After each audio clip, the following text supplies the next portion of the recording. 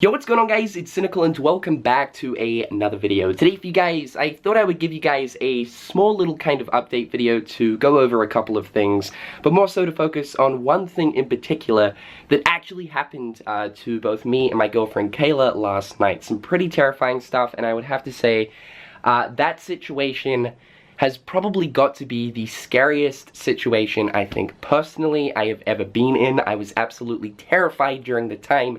So I thought I would actually explain this to you guys. I put out a tweet a little while ago kind of explaining it, but for the people who don't follow me on Twitter, here's this story.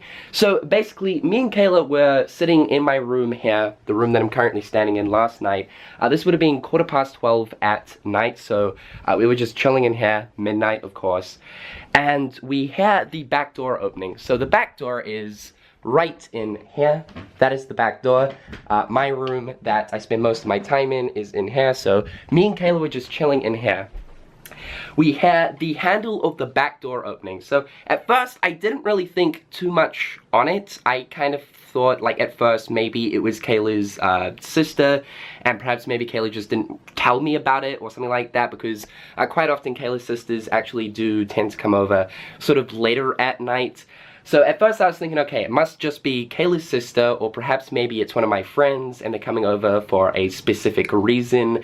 Maybe something's happened to them and they wanted to talk or something like that. Those were my initial thoughts when I was hearing the back door open. So both me and Kayla were actually pretty calm when we did hear the back door open. I think both of us were just thinking different things as to exactly what it could be.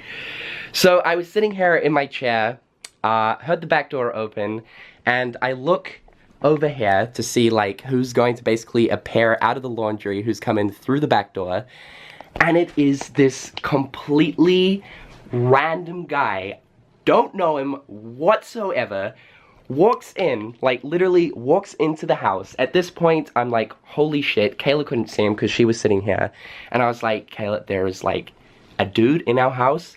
I don't know him, I don't know what he's doing, I don't know what his intentions are, but holy fuck, we've just been broken into.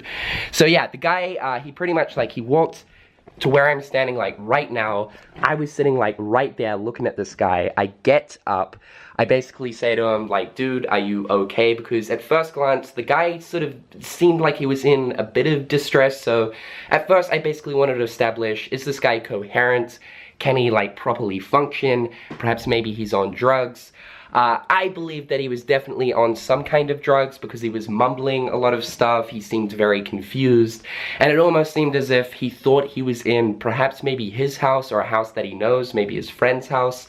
But anyway, so he was standing right here. I asked him basically, are you okay? Is everything okay, bro? And what he said back to me was, it was basically like a bunch of mumbling, like he really couldn't talk at all, but he kind of said something along the lines of, oh, I've pretty much, like, forgotten something, or it was something along those lines. So he proceeded to make his way all the way down here, which going down the hallway eventually leads into the lounge. So he made his way into the lounge right here. Now, I didn't follow this guy whatsoever because running through my mind, I was like, holy shit, I don't know if this guy is hostile, if he is on drugs, if I do anything to, like, agitate him, annoy him, he could instantly retaliate. I didn't know whether or not this guy was armed. He could have possibly had, like, a shank in his pocket, potentially even a gun. So during this point in time, I was basically just, like, standing at the end of the hallway here. I'd seen him walk all the way down the hallway into the lounge. I heard some rustling going on for a little bit, more rustling, probably for, like, about 30 seconds. Now, I was thinking, like, okay, this guy is clearly going to steal something, in which he didn't, which is kind of strange. He basically just spent about 30 seconds down in the lounge, then came back up the hallway with me still standing at the end. When he came back up, I'm like, is everything okay? Still absolutely shaken, not knowing what the fuck is going on at all. He's like, yeah, just saying a bunch of random stuff, and then proceeds to make his way out the back door, and he left our property. Thank God for that. But yeah, that has probably got to be the scariest situation I think I have ever faced in my life, and thank God that this guy wasn't hostile or anything. Well, who knows, perhaps maybe if I'd been a little bit more forward with this guy, and sort of, you know, said like, dude, what the fuck are you doing? Perhaps maybe if I got aggressive with him, he could have retaliated in a pretty violent way. So in that situation, I was frozen, but I tried to, you know, remain calm, remain chill, not to spook this guy or anything like that. And yeah, I'm just grateful that, like, we didn't get anything stolen, for one, and the other thing is, like, in terms of our own safety, both me and Kayla were fine. Of course, that's not saying that the mental side of this situation has been pretty hard for us, because to be in a situation where you're just chilling in your home late at night, midnight, and for some guy to just open a door and just simply walk into your house like it's nothing at all, there's something pretty damn scarring about that. I have for sure learned a very important lesson through this, and that is to definitely be more cautious with locking down the house.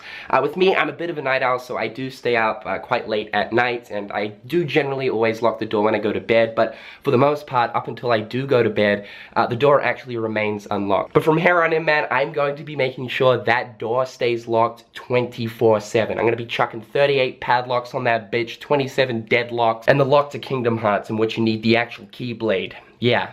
We're getting serious. Now, as soon as the guy made his way out of the house, we dialed the emergency number, which is 111 in our country. We called the police. The police turned up pretty much within 15 minutes of making the call. Unfortunately, there wasn't really much that the police could do, because by this point, this guy had already, like, bolted from the property and had gone wherever he went to. The policeman actually got the sniffer dog out to see if the dog could actually trace this guy's scent, but unfortunately, they weren't successful in doing that.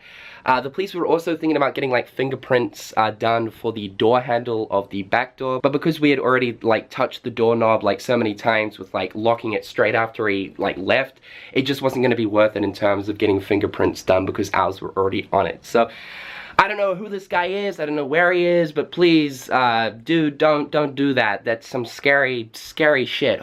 Like, some really scary shit. The lesson here is, even if you think situations like this will probably never happen to you, and even if you think you do live in somewhat of a semi-safe neighborhood, always be cautious with making sure that the home you're living in is safe and secured. I've heard so many different scary stories and different stories of, like, people, you know, being home invaded and all that kind of stuff, and when you look into this kind of thing, or you hear about these things, you always think to yourself, this kind of situation will never ever happen to me, you know? It'll never happen to me. And it's crazy because recently me and Kayla have been actually watching a lot of, like, sort of scary stories of these sort of situations happening to people on YouTube, and now it's literally, like, happened to us. So how freaky is that? Anyway, that is the main part of this video that I kind of wanted to just explain to you guys. Some pretty crazy stuff. Me and Kayla are okay now, which thank God for that. But the other thing that I did want to mention in this video is I have a brand new intro prepared.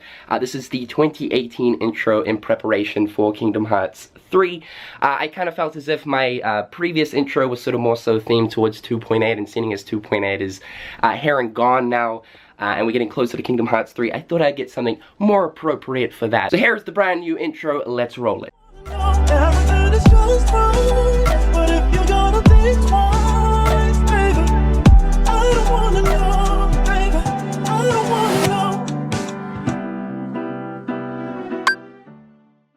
So personally, I absolutely love it. This intro was made by my good friend Edo Ninja Storm HD, who in the past has actually made intros for me. I'm going to leave his channel link in the description down below. And also, if you guys are actually looking for any kind of GFX work or intro work for your own personal stuff, be sure to hit up Edo. I believe at the moment he is currently accepting commissions. Also, the artwork as well. I have a brand new artwork which consists of a knotted version too. That was done by the talented Niche, so I'm going to leave her Twitter link in the description down below. Again, if you guys are looking for art pieces to be done, I highly recommend her. However guys, that's pretty much all for today's video. Just a couple of things that I definitely did want to go over, especially that scary situation. My god, dude, please. I hope that I never have to go through anything like that ever again. It's some pretty terrifying stuff. However guys, with all that being said, hopefully you're having a fantastic day. I'm Cynical, and until next time, I'll catch you guys later. Peace. Hit them on the page, you'll be coming through stunning. Gold in my mouth when you suckers be bluffing. Milk crate, gaming up the bitch though. Catch me in the back playing Super Nintendo.